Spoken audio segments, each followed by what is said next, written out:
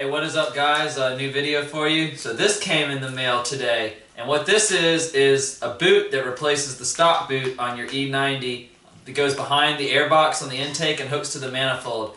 And this, for one thing, it does not have the intake air silencer thing, this little box that goes underneath the other one. You'll see when I remove the intake from the car.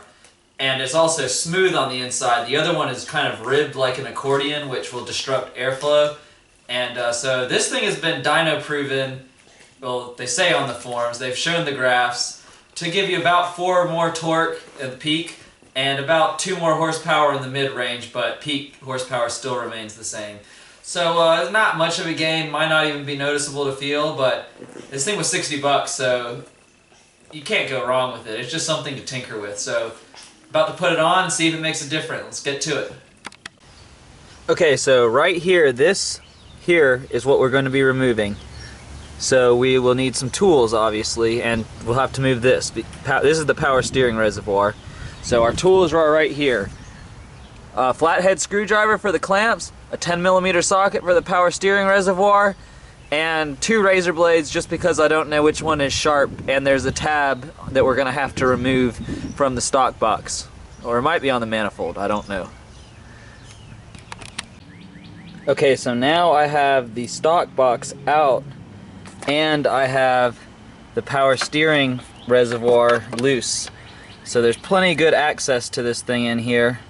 So hopefully this tube will just pop right out now. I'm going to need both hands to do it though, so I'm going to put this down. Okay, so it came out nice and easy. Just gave it one good pull and it came free. So this is what it looks like. This is the silencer or resonator thing I was referring to. Not good for airflow. You can tell that now. There's a big hole in there. It drops down in. And it's just not smooth in there at all. It's just not smooth at all. You see that hole? Sorry, I didn't realize it wasn't quite aligned. Anyway, this thing's a piece of junk. So let's put the new one in. We're going to reuse the clamps that came with it. So getting the stock clamp onto this was not easy. I had to go from the thinner end and force it up at about as loose as it could possibly go. But as you can see, it's on there, so this will work. Okay, so if you can see right there, that's the alignment tab I was referring to at the beginning. It's right near the intake manifold and the engine, not on the stock box. Alright, well I'm going to cut that off with one of these razor blades. Alright, well as you can see, it's in there now. It feels to be good and secure. I haven't fastened the bolts down for the power steering reservoir or for the airbox because I'm about to start it up right now. And well, if there's something wrong, I just want it to be easier to get back in. If everything's all good, which I suspect it is, we'll be good to go and I'll put these bolts back in and be done with this. So let's see what happens.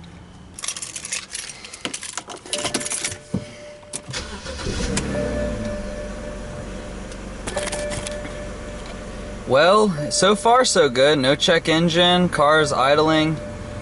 It's idling high, it's pretty much a cold start. Car hasn't been running since early this morning. So,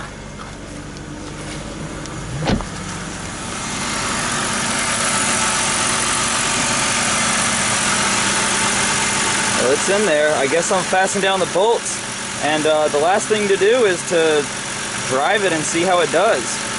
So we'll get to that. Alright, so this is the first drive since replacing the boot of the intake hose that also incorporates the silencer delete, and well, what I'm noticing now is I'm getting much better throttle response. I know before I said deleting the charcoal filter gave me a great throttle response. Well, this is even better. That is my first impression. So right now we're just cruising. Alright, about to make a right turn and we're going to see what wide open throttle is like on this. So let's hit it now. Whoa, that rev, it just gets up to high RPM so much faster, and up to, wow, that little resonator box on the bottom of that thing must be stealing some massive airflow from this. I mean, it's not like I came off of a GTO with an LS1, it's my last car, and it's not like that, but compared to what it was, this is just an insane difference. And I mean, the more I like tinker with things and get rid of the little impediments that are in the way, the more I'm loving this car. This is a great car if you just do a few simple tricks to it. I mean, a secondary cat delete, resonator delete, charcoal filter delete, replace the intake boot, and I mean, I'm probably gone from like the 231 that the horsepower this car comes from the factory to like 240, which not a major increase, but for spending like $200 on everything, that's a great increase. I'm very happy with this. I recommend. I mean, it was 60 bucks for that little boot, and it took me 30 minutes to get it in. It wasn't hard at all. I was able to reuse the factory clamps, did it all on my driveway. 10 out of 10 would recommend. It doesn't seem to make the car any like hesitate, any shifting issues, no problems that I can tell in the 5 minutes I've been driving it. And look at that, wow.